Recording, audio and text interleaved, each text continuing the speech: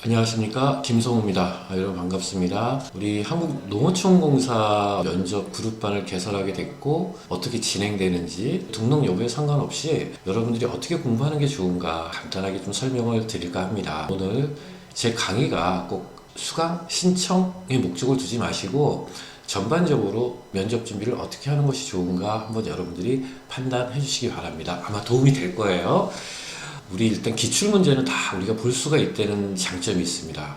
기출문제를 보고 나는 어떻게 대답해야 되나, 특히 인성 질문에 있어서 이 부분이 여러분들이 좀 많은 고민을 하시는 부분으로 알고 있어요.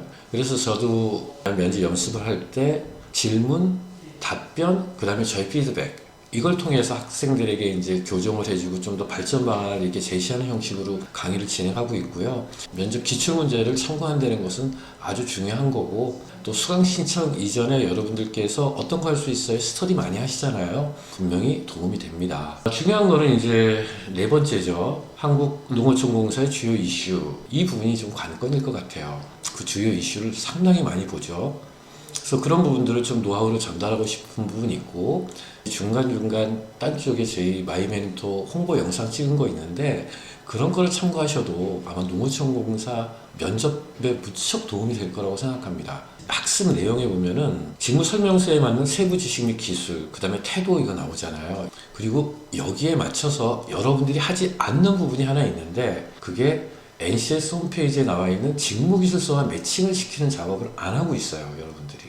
제가 발표 면접을 보면은 사실은 직무 설명서에 있는 내용을 중심으로 공부하는 게 가장 좋습니다. 거기에 나와 있는 키워드와 매칭을 시키면 확률이 좀 더 높아지고요. NCS 홈페이지에 있는 내용, 직무기술서를 참고하는 것, 거기에 관련된 능력 단위와 학습 모듈을 참고하는 것이 많이 도움이 된다는 것을 말씀을 드립니다. 1일차 4시간, 2일차 4시간이에요. 면접 유형별 준비사항, 면접 예절, 사전 과제 점검 이런 부분들이 있고요. 2일차에는 모의 면접 중심으로 이렇게 가겠죠. 카메라를 켜놓고 면접 자세와 이런 부분을 교정받는 것도 상당히 중요합니다. 아까 얘기했던 스터디, 학원 수강만큼 중요할 것이다. 참고적으로 그룹반에 참석을 하시게 되면 스터디 룸을 제공을 합니다. 그래서 이제 제가 출근한 상태에서 여러분들한테 수시로 들어가서 스터디 점검도 하고 한다는 거 그렇게 말씀드립니다. 제가 이제 한국도로공사 사례를 얘기를 했어요. 농어촌공사의 이제 직무기술서, 직무설명서 내용을 봤는데 달라진 게 없습니다.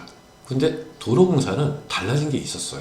보면 여기 노란색 나와 있는 거 있죠? 이 부분이 발표 면접 주제로 나왔었습니다. 고속도로 재난 최소화 방안, 이 부분이 나왔었고, 우리는 여기에 대해서 심층적으로 공부를 했기 때문에 가볍게 발표를 할 수 있었습니다. 여러분들 이 농어촌공사 준비하시는 데 있어서 작년도 직무 설명서 채용 공고를 참고하고 있습니다. 기출 문제 중심으로 준비하시면 된다 하는 말씀 좀 드리고요. 제가 이제 자체개발 및 예상 주제 보면 이제 주제도 출시 고려 사항 이렇게 돼 있어요.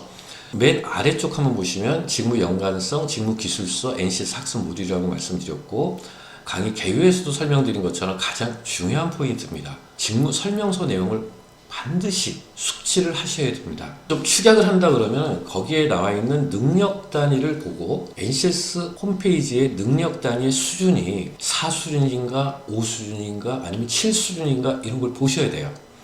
가급적 4 수준에서 기출 문제가 많이 나왔다는 거 참고하시기 바랍니다. NCS 홈페이지 아래쪽에 보면은 능력 단위에 맞는 학습 모듈이 나옵니다. 일회사항 발생 시 어떻게 해야 된다 이런 부분이 나오는데, 이게 상학 면접 주제나 PT 면접 주제로 자주 나온다. 그 다음에 여기서 왜 대통령 업무 보고 이 사람 왜 이래? 이러지 마시고요. 각 정부 부처는 대통령 업무 보고를 합니다. 그 업무 보고 내용에는 공사나 그 산하 기관의 정책, 그 다음에 방향이 들어가 있어요. 이것을 더 매칭시켜 보는 것도 필요하죠. 우리 공사와 관련된 내용이 어떤 게 있지? 유심히 관찰해 보십시오. 특히 행정직 발표 면접에서는 확률이 상당히 높다. 기억해 주시기 바랍니다. 여기 사회문제가 나와 있는데, 사회문제는 올해 홍수도 많이 나고 이상기후로 인해서 폭우 쏟아지고 사고 많이 나지 않았습니까? 이런 부분이 대통령 업무 보고에도 들어가 있고요. 공사의 업무 추진 방향에도 들어가 있어요. 그러니까 이 부분을 다 매칭시키는 게 중요하죠. 이게 다 연관성이 있다는 겁니다. PT 면접 주제는 이런 부분을 고려해서 제가 도출을 합니다. 도로공사 기출문제 우리 토론 주제가 홈페이지는 많이 보시는데 저는 홈페이지 거의 안 봐요. 알리오의 경영 공시의 내용을 샅샅이 훑어봅니다. 지하고속도로 환경 개선 방안이라는 토론 주제가 나왔는데 유연하게 대처할 수 있겠죠. 물론 이 주제가 똑같이 안 나온다 하더라도 이런 이슈를 공부하고 간다면 인성 면접에서 자신을 엄청나게 어필할 수 있어요. 주제가 똑같이 나왔다 이게 중요한 게 아니고 공사의 주요 이슈가 뭔가를 여러분들 머릿속에 탁탁 넣으시면 되는 거예요. 그럼 남들보다 경쟁력 있는 답변을 하실 수가 있습니다. 물론 똑같은 주제가 나와서 여러분들한테 직접적인 도움을 주는 목적 하나, 주제가 비껴나간다 하더라도 여기에서 공부했던 내용이 내가 다른 면접에서 유용하게 활용할 수 있다는 점 하나, 그룹반을 했던 데 중에서 상당히 도움이 많이 됐고 유사하게 나온 적이 많습니다. 직업기초 능력을 측정하겠다, 평가하겠다는 것은 경험 면접에 가깝습니다. 또한 기출문제 제가 한 150건 정도를 준비해 봤을 때 경험 면접 질문이 상당히 많습니다. 그럼 경험 면접에 대한 질문은 어떻게 구성하나? 여기 직업윤리 부분을 보여드리고 있는데 직업윤리는 근로윤리와 공동체윤리로 구분이 됩니다. 그리고 하위 능력에 대한 정의를 또 보실 필요가 있겠죠. 밑에 보면은 세부 요소가 또 나와요. 딴 직업기준도 그대로 이렇게 구성이 돼 있다는 거예요. 그럼 제가 경험 면접 질문을 한다. 여러분들한테 가정을 했을 때 근면성을 입증할 수 있는 경험을 설명해 주세요. 본인의 정직함을 증명할 수 있는 경험이 있다면 소개해 주십시오. 여기 세부 요소에 있는 단어, 키워드를 갖고 질문을 만들 수가 있는 거죠. 뭐 가장 많이 나오는 게 공직자의 덕목이 무엇이라고 생각하는가. 이게 다 직업기초 능력과 연관성이 있는 거예요, 여러분들.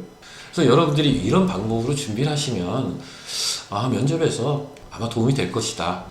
자, 우리 정장, 우리 수업 시간에는 이 부분을 꼭 30분 정도 해요. 특히 다대일 면접에서는 직장 예절 상당히 중요합니다. 면접 예절.